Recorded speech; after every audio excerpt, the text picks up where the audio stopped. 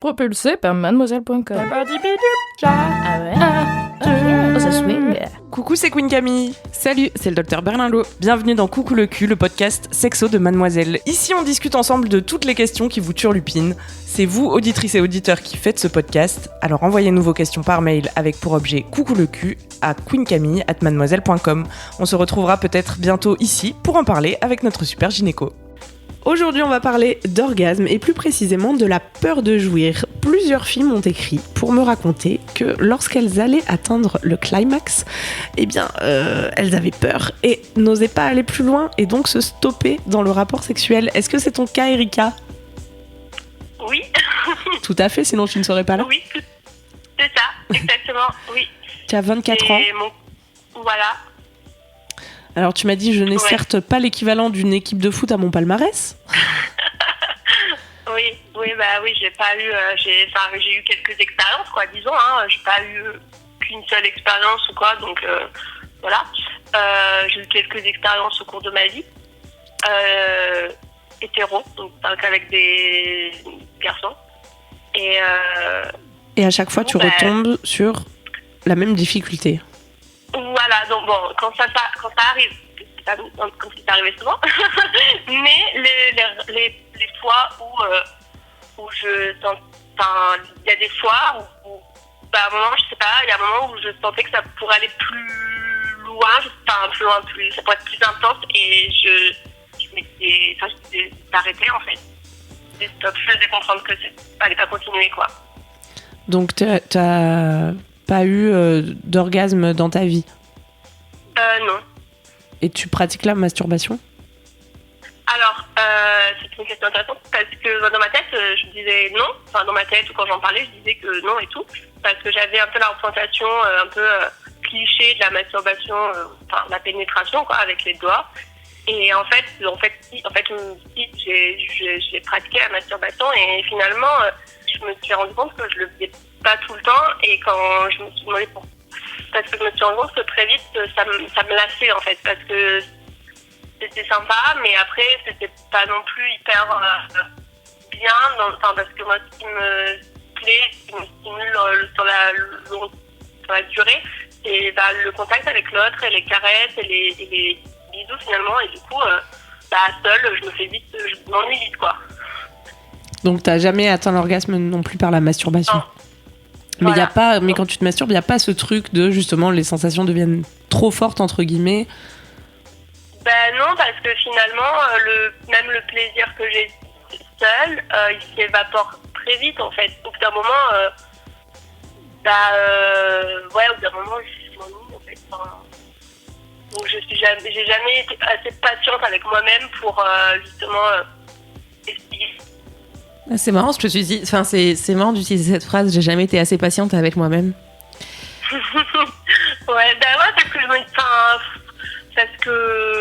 C'est qu'au bout d'un moment, je sens que le plaisir, il s'évapore petit à petit, et du coup, après... Ouais. Et avec un partenaire, c'est pas ça. C'est juste, ça devient un truc.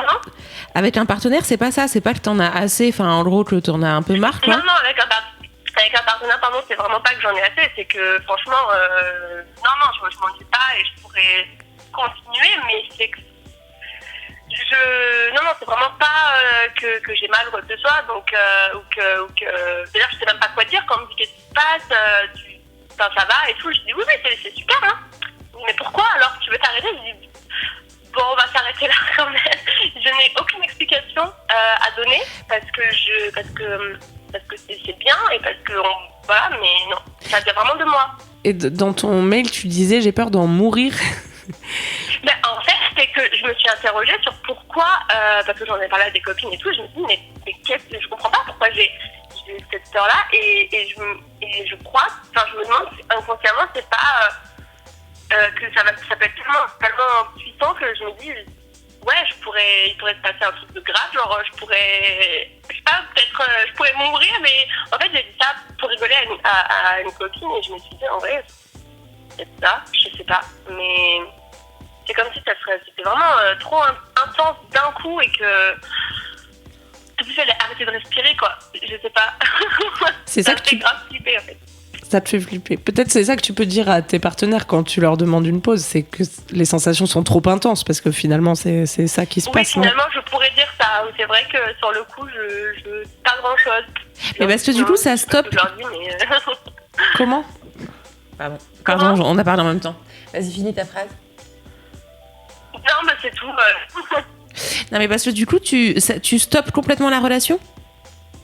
Non, je stoppe pas la relation. Non, je stoppe... Tu dis de calmer, quoi. Je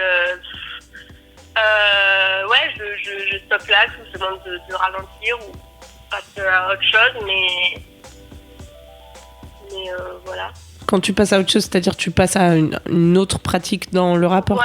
Quand Laura disait tu stoppes la relation, c'est pas tu largues le mec. Hein. Quand je disais tu stoppes la relation, je parlais vraiment de la relation sexuelle, de ce que vous étiez en train de faire au moment où vous le faites. Quel que soit le type, enfin tu vois, que ce soit pénétration, cunilingus, enfin quel que soit le type de relation, est-ce que du coup tu dis bon bah en fait là c'est trop fort, stop, et on passe à complètement autre chose, quoi. Ouais, c'est un peu ça, ouais. Après, souvent la personne a fini avant moi, finalement. Donc, en gros, on attend que ce soit mon tour. Et puis, au final, tu passes ton tour, quoi. J'arrête, ou soit, et du coup, sinon, je me concentre sur le partenaire, disons. Moi, je comprends que ça puisse faire peur, parce que quand on n'a jamais expérimenté l'orgasme, ni tout seul... Eh ben, c'est intense comme truc quand même. Enfin, en tout cas, ça peut être intense et ça peut être même violent, tu vois. Ouais, bien sûr, mais en même temps, dire ça, c'est aussi... Enfin, le risque, c'est un peu de sacraliser tellement de trucs, tu vois, de t'attendre tellement à un truc dingue. Peut-être que juste quand t'auras un orgasme, tu te diras « Ah, bah, c'était bien, mais c'était peut-être pas la peine d'en faire un truc aussi énorme, tu vois. » Enfin... Ouais, je comprends. Tu vois, faut pas non plus... Mais en fait, c'est que de toute façon, c'est un peu comme un saut en parachute, en fait. C'est comme si je pouvais pas sauter parce que... Tu sais pas ce qu'il y a derrière. Je vais pas juste pas le faire, en fait. Parce que après, je m'attends même pas à ce que ce soit... Même si j'avais la certitude que c'est... que je sais même pas, en fait, que ça se passe mal. Enfin, je sais même pas comment dire. C'est juste que je toque tout. Parce que sur le coup, ça fait... En fait, sur le coup, je comprenais même pas pourquoi à un moment j'arrêtais et avec le temps, je pense avoir compris qu'en fait, c'était... Quand je sentais que ça allait venir, j'arrêtais, mais en fait, sur le coup, je me posais pas la question. Au début, vraiment, il y a un moment où moi, j'en pouvais plus. Enfin, d'un coup, je demandais... je disais stop, en fait. Je disais stop, et alors que tout se passait bien. Et c'est avec le temps que je me suis demandé, mais pourquoi j'arrête, en fait. Est-ce que tu es à l'aise au lit de manière générale ? Alors, quand je vais parler comme ça, je vais plutôt dire non, dans le sens où je n'ai pas forcément spécialement confiance en moi sur le plan physique, que je me pose tout le temps plein de questions et tout. Mais il s'avère que pendant l'acte, j'ai plutôt tendance à prendre les choses en main. Et on m'a reproché d'être dominatrice, mais qu'on s'entende, c'est faux. Et on m'a reproché d'être dominatrice parce que je prends les choses en main et souvent, les mecs, je sais pas, ça leur fait peur ou quoi. Alors mais que... du coup, je me laisse pas, je suis pas... je me pose plus de questions, en fait, pendant l'acte, et j'ai plutôt tendance à diriger, en fait. Et le problème, c'est que quand t'as un orgasme, t'es plus dans le contrôle que tu apprécies tant. Est-ce que t'es quelqu'un qui contrôle aussi t'es un peu dans la maîtrise dans la vie en général ? Moi, je dirais non, mais il s'avère que quand je fais un peu des séances, il s'avère que j'ai plutôt tendance à vouloir contrôler. Il y a des moments dans ma vie où je sais, quand je dois organiser quelque chose, je préfère que ce soit moi qui le fasse ou quoi. Je préfère que ce soit moi qui le fasse parce que je sais comment je veux que ce soit fait. Et c'est vrai que maintenant, pas vous que j'avais remarqué. Je suis assez détendue, donc après, je suis pas non plus... Non, mais attends, on n'est pas en train de dire que t'es pathologiquement comme ci ou comme ça, mais c'est vrai que le principe de l'orgasme, un peu, c'est de lâcher prise. Et donc, pour quelqu'un qui est très dans la maîtrise, que ce soit de son environnement, où tu dis que tes partenaires ils disent que t'es un peu dominatrice, etc., c'est vrai que quand alors là je mets de côté la masturbation pour en parler tout à l'heure, mais en tout cas dans la relation à deux, au moment où tu accèdes à l'orgasme, il y a vraiment ce côté où tu lâches complètement tout et tu vois, tu as une tête improbable, tu maîtrises pas tes émotions, ton corps, tu vois, tu peux te contracter très très vite, tu peux te mettre à pleurer, tu vois, ça peut faire plein de signes physiques et psychologiques qui peuvent être particuliers. Et effectivement, tu vois, si t'es quelqu'un qui aime bien maîtriser, c'est un moment où on maîtrise plus du tout. Mais en même temps, c'est ça qui fait sa valeur aussi, quoi. Ouais, mais du coup, ça fait peur de lâcher prise et surtout si c'est dans la relation à deux, donc si t'es pas en train de toi te masturber et contrôler ton plaisir et où c'est vraiment l'autre qui va, entre guillemets, te donner cet orgasme et où c'est pas du tout toi qui tient les rênes pour le coup. Ouais. Tu vois le truc ? Ouais, non mais c'est clair, hein. C'est clair que le lâcher prise, c'est quelque chose de compliqué. Voilà. Mais ça s'apprend. Comment ? Ça s'apprend. Oui, ça s'apprend. Effectivement, oui, ça s'apprend. Et c'est quelque chose que j'essaye. Pour le coup, on m'a proposé un saut en parachute de 4000 mètres. Que j'ai très peur de faire, mais je me dis peut-être que si j'apprends à ne plus avoir de saut en parachute, peut-être que ça va débloquer d'autres trucs dans ma vie. Je ne sais pas. Peut-être, ouais. C'est vrai qu'après, dans les relations que j'ai dit, c'était certaines relations amoureuses, mais dans la plupart, dans toutes, hein, que ce soit amoureuses ou juste éphémères,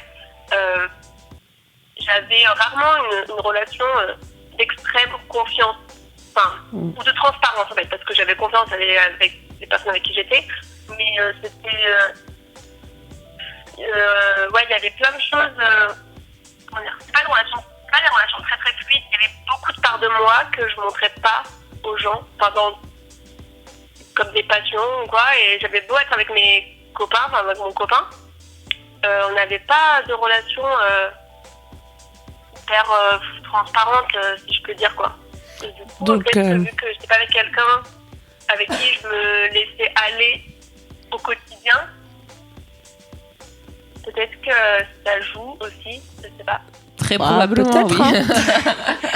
Non, mais c'est sûr que si tu caches au mec tes passions dans la vie, ça va être dur de le laisser te voir dans cet état de ultra vulnérabilité où pour le coup t'es plus là pour rien cacher, quoi. Mais après tu peux aussi essayer de dissocier un petit peu, tu vois, te dire parce qu'il y en a aussi qui arrivent à lâcher prise complètement dans le sexe et sans du tout lâcher prise dans la relation amoureuse, tu vois. Enfin, il y a aussi ce côté où tu peux dire que, enfin, tu vois, tu peux aussi travailler là-dessus, même si il y a des. Là, t'es en couple en ce moment ou pas ? Pardon, j'ai un truc que j'ai. Comment ? T'es en couple en ce moment ou pas ? Non. Non, là, t'as pas le problème avec une personne en particulier, c'est de manière générale. Ah, là, non, j'ai pas vraiment avec une personne en particulier. Je sors d'une relation, bon, ça fait un petit moment maintenant que c'est terminé. Donc c'est quelque chose, on est restés ensemble à peu près 2 ans. Donc voilà, c'est quelque chose qui revenait régulièrement. Et même finalement, quand je repense à mes relations d'avant, c'est tout le temps la même chose finalement. Ouais, après, moi je sais pas, je me dis que soit la question elle se reposera du coup quand tu seras soit à nouveau en couple ou que tu auras un partenaire sexuel avec qui t'es pas en couple, mais effectivement il y a ce côté où de lâcher prise de lâcher prise, ou du moins pas forcément de lâcher prise, mais de confiance dans la relation à deux, etc. Mais tu peux aussi en dehors de ça, tu vois, même si il y a des parts de toi que tu préfères cacher pour l'instant, après tu vois il y a ce côté où tu donnes pas tout d'emblée et d'ailleurs on donne rarement tout à une personne, hein. C'est normal en fait d'avoir je sais pas ce qu'on peut appeler un jardin secret. Mais oui, c'est un peu mignon je trouve le jardin secret, mais tu vois c'est vrai qu'il y a un côté un peu où on n'est pas obligé on n'est pas obligé, et souvent c'est pas recommandé d'ailleurs, hein, de se donner entièrement à quelqu'un. Oui, mais j'imagine que si elle cachait des trucs, c'est qu'elle avait peur peut-être du jugement de la personne ou. Ouais, enfin oui, en soi, parce que bon, après c'était une relation. Dans toutes les relations, il y a des problèmes et tout. En soi, c'est une relation pas spéciale, pas une relation toxique ou je sais pas quoi. Après, c'est vrai que même dans une relation saine, il y a quand même des petits reproches de temps en temps, des petits dénis, et c'est vrai que il s'avère qu'il y a des choses que en soi je gardais pour moi, enfin, des choses de ma vie, hein. Alors même quand on était en couple, des choses de ma vie que je gardais pour moi, parce que effectivement, j'avais peur qu'on me juge, quoi, que la personne, que mon copain Parce que quand tu gardes des trucs pour toi, pour te dire bon bah ça m'appartient et puis j'ai pas envie de tout mettre dans mon couple, c'est pas pareil que de te cacher parce que tu te protèges, quoi. Ouais. Après c'était sans doute très, sans fondement. Enfin, je veux dire, c'était moi et mes propres peurs finalement, mais. Et oui, mais là c'est toute la question qui nous occupe aujourd'hui. Ouais. Oui, et puis de toute façon, après, bon, tout est unique, quoi. Enfin, c'est-à-dire que là, t'es pas en couple actuellement, donc on peut pas parler de ce qui se passe là tout de suite. Après, n'empêche que sur le plan sexuel, tu vois, peut-être vraiment la masturbation, ça vaut quand même. Tu vois ce que tu disais tout à l'heure de pas réussir à. Je sais plus comment être assez patiente avec elle-même. Ouais, assez patiente avec toi. Enfin, tu vois, c'est vrai que peut-être que c'est le moment, là, t'es pas en couple, d'essayer d'être non seulement assez patiente avec toi, de te découvrir un peu toute seule et de te voir lâcher prise toute seule, tu vois. Parce que souvent quand on a une personnalité qui veut tout maîtriser, c'est pareil en fait d'être seul ou à deux, tu vois. Il y a ce côté où on veut jamais lâcher prise, quel que soit, même quand on n'est pas dans la relation. Et déjà, lâcher prise avec toi-même et franchement, j'ai envie de te dire de te regarder, tu vois, de te masturber dans un miroir, de te découvrir, et de te laisser le temps, tu vois, parce que si tu dis oui, mais là je commence à m'ennuyer, après il y a plein de manières de moins s'ennuyer, enfin tu vois, de prendre un support audio, un support visuel, après tu peux aussi juste penser à des trucs, mais là toute évidence c'est pas un truc qui marche très très bien chez toi, donc tu vois, tu peux essayer de t'aider avec des supports, et surtout ou des sextoys, ou voilà, et surtout te dire de continuer, enfin tu vois, de continuer, tu vois, d'essayer de passer par-dessus ce côté, parce que j'ai l'impression, enfin, à mon avis, on peut rapprocher un peu je m'ennuie toute seule je veux pas lâcher prise devant quelqu'un, tu vois. Je pense que c'est deux trucs qui finalement vont vers la même chose, qui est je veux pas lâcher prise, je veux garder le contrôle, et c'est sûr que typiquement, enfin, c'est vraiment le moment, l'orgasme, où il y a plus de contrôle. Donc déjà, je pense que vraiment le travailler toi-même toute seule, c'est un énorme pas. Et puis après, c'est sûr que face à quelqu'un, c'est toujours plus difficile. Et ça dépend de la relation, ça dépend de plein de choses. Et ça, après, c'est du cas par cas. Tu vois, on peut pas faire de vérité générale là-dessus, tu vois. Mais vraiment, déjà, travailler sur toi, ça serait super. De toute façon, c'est un peu là, justement, vu que j'étais toute seule et tout, je me dis que c'était un peu l'occasion. Et c'est un peu ce qui est en train de se passer. Donc justement, j'ai découvert que j'étais quelqu'un qui aimait bien contrôler son environnement et qui détestait lâcher prise, et qui avait une énorme peur de l'échec. Et donc du coup, je me suis dit que... Tu vois, ce truc c'est pareil, là, ce que tu viens de dire, la peur de l'échec, le fait d'arrêter un rapport, ou de de l'arrêter toute seule ou à deux, c'est aussi typiquement lié à ça. Enfin, tu vois, et c'est peut-être aussi la peur d'être déçu, tu vois, d'avoir peur qu'on t'ait vendu un truc énorme, tu vois, parce que l'orgasme, peut-être, c'est beaucoup de fantasmes. Voilà, c'est beaucoup de fantasmes, beaucoup de choses qui peuvent être vécues, mais qui peuvent ne pas être vécues comme ça. Et en fait, on s'en fout de comment est-ce que tu vis l'orgasme, tu vois. C'est ce que il y aura des paillettes, un arc-en-ciel et une licorne qui vont venir te voir. Pas forcément, mais tu vois, il y a un moment, ça arrive parfois. Mais parfois ça arrive, mais pas tout le temps, et pas avec tout le monde, et pas forcément tout seul, ou pas forcément à deux. Enfin, tu vois, en fait, il y a mille façons d'avoir un orgasme, et il y a juste un moment, il faut peut-être se lancer pour. Et en fait, il y a pas d'échec là-dedans. Il y a ni échec ni réussite. Il y a vraiment ce côté où c'est de l'expérience. Voilà. Et si t'arrêtes l'expérience avant qu'elle soit finie, t'es pas l'expérimenter. Non, mais c'est sûr. Surtout qu'en plus, c'est pas quelque chose que je vise particulièrement. Je veux dire, des fois, je sais que j'ai des rapports vraiment très bien, où j'ai pas... Ça s'est quand même passé, et j'ai pas eu ce truc de devoir tout arrêter parce que voilà, enfin j'avais pas totalement d'orgasme ou quoi que ce soit, et pourtant c'était très bien aussi, donc pas vraiment le but recherché. Non, bien sûr. Mais consciemment en tout cas. Mais apparemment, ça t'inquiétait d'avoir cette peur qui... Ben ouais, parce que je me disais, enfin... C'est pas tellement le... Moi, genre, je suis bien partie là, je suis bien, on est bien, et puis en fait non. Parce que le problème, c'est pas tant de pas atteindre l'orgasme et qu'il faut que Erika, elle atteigne l'orgasme, tu vois, mais c'est plus débloquer ce petit truc qui fait que tu peux pas pleinement apprécier ce qui se passe. Ouais, voilà, c'est ça. Est-ce qu'on t'a motivé à te branler, Erika? Quel beau métier. Ouais. Mais c'est que... Ouais. Oui, je vais étudier. Je vais étudier le problème. Mais tu vois, je pense que vraiment tu t'es rendu compte de plein de trucs là dans ta vie. Enfin, tu vois, tu le dis toi-même. En fait, nous, on pose des questions et c'est toi qui apportes les réponses. Hein. Enfin, tu vois, on se connaît pas depuis 10 ans. Hein. Et on n'est pas psy. Et c'est juste, tu vois, quand tu déroules le fil de qu'est-ce qui m'arrive, pourquoi est-ce que j'ai ci, pourquoi est-ce que j'ai ça. C'est toi qui qui comprends comment tu es et pourquoi est-ce que tu as des blocages. Et donc là, enfin, je pense que voilà, tu as commencé un travail, faut le poursuivre. Ouais, non, mais c'est clair. Et t'as le temps, enfin, tu vois, on le dit tout le temps, hein, c'est un chemin, la sexualité, hein, t'es pas pressé, mais tu vois, si tu commences à te poser la question, à travailler dessus, voilà, tu lances un truc et ça viendra quand ça viendra,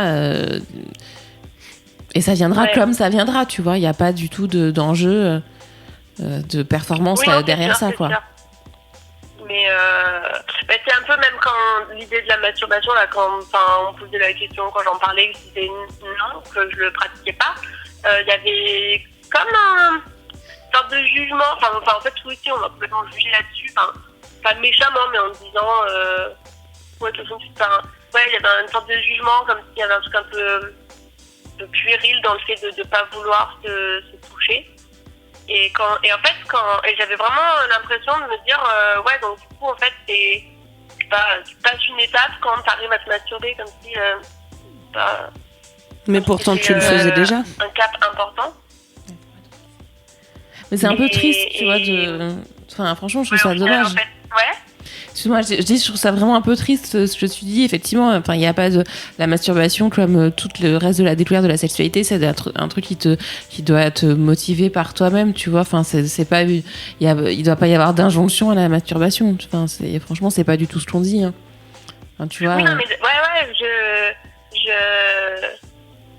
j'ai bien compris, mais je sais que dans mon entourage proche, il y avait un truc un peu comme si c'était anormal. Enfin.